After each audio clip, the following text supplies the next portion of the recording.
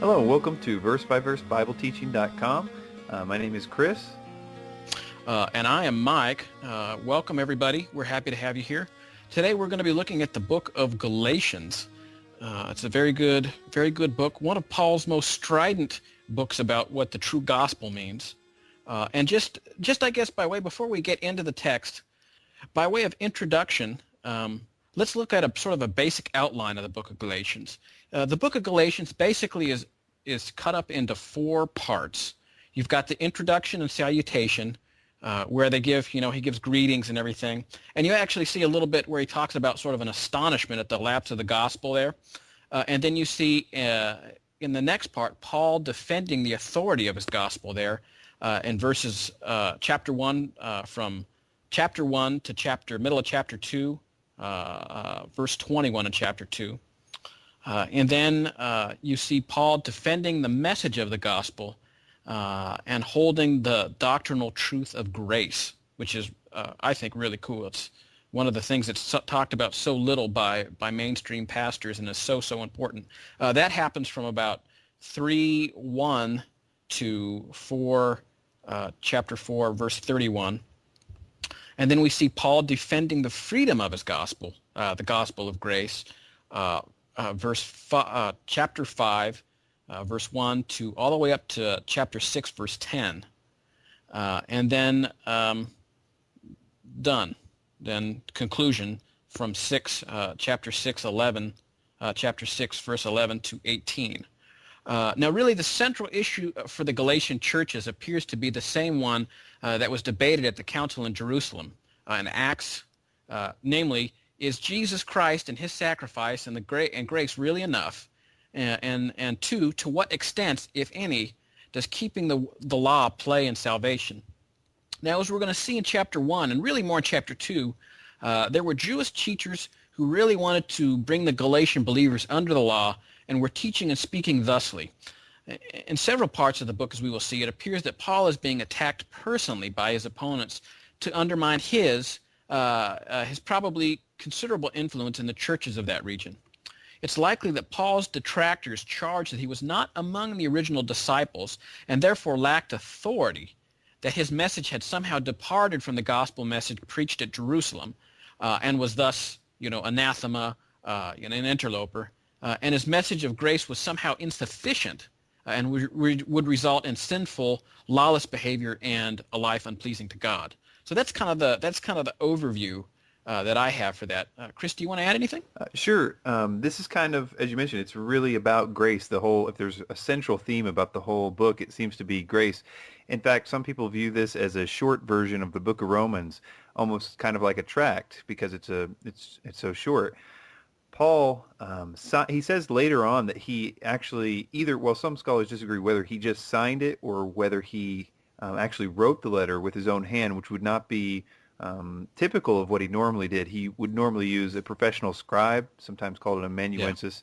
Yeah. Amanuensis. And then they say, I read somewhere that would cost in today's money about the size that Galatians was, it would still cost about $700 to produce. So it was a pretty expensive thing to do back then, and that's why there wasn't as many probably letters like this, and that's why they were encouraged to circulate them sometimes at the end of the different letters. Galatia is in modern-day Turkey, somewhere thereabouts. There's some kind of confusion about exactly which churches, because Galatia was really a region more than a particular church or a particular city. So it appears, then we'll find out as we get into the text, that there appears to be multiple places that this is directed to in that region. The conflict, as you mentioned, is sort of about grace and the law. But more specifically, it's a conflict between Jewish Christians and Gentile Christians. Sometimes there was this word called the Judaizers, and basically that's a word coming from a word which means to be or live like a Jew. And that means that a Gentile would live like according to the Jewish customs and ceremonial laws and things like that. In the Old Testament times, there was something known as proselytes. Is that how I'm saying that right? Yeah, proselytes. And they were Gentiles that would voluntarily come under Jewish law and then apparently God had this whole program for what they would do if a Gentile wanted to do this. And it's very interesting in the Old Testament that God views those Gentiles that went through that process as very much grafted into the situation as being, as far as he is concerned, a Jew. So that's pretty interesting, I thought. And in fact, there's some pretty famous proselytes in the Bible, namely Ruth and Rahab. Mm-hmm. Also, the court of the Gentiles, which was in the temple. It was an outer court that was not just for any Gentiles, but they were for these Gentiles that voluntarily put themselves under the law. So, in a sense, this was the heresy of the Galatian church that because most of the early Christians, including all the Christians that were at Pentecost, so 100% of the earliest Christians were all Jews, and they grew up with Jewish customs and things like that.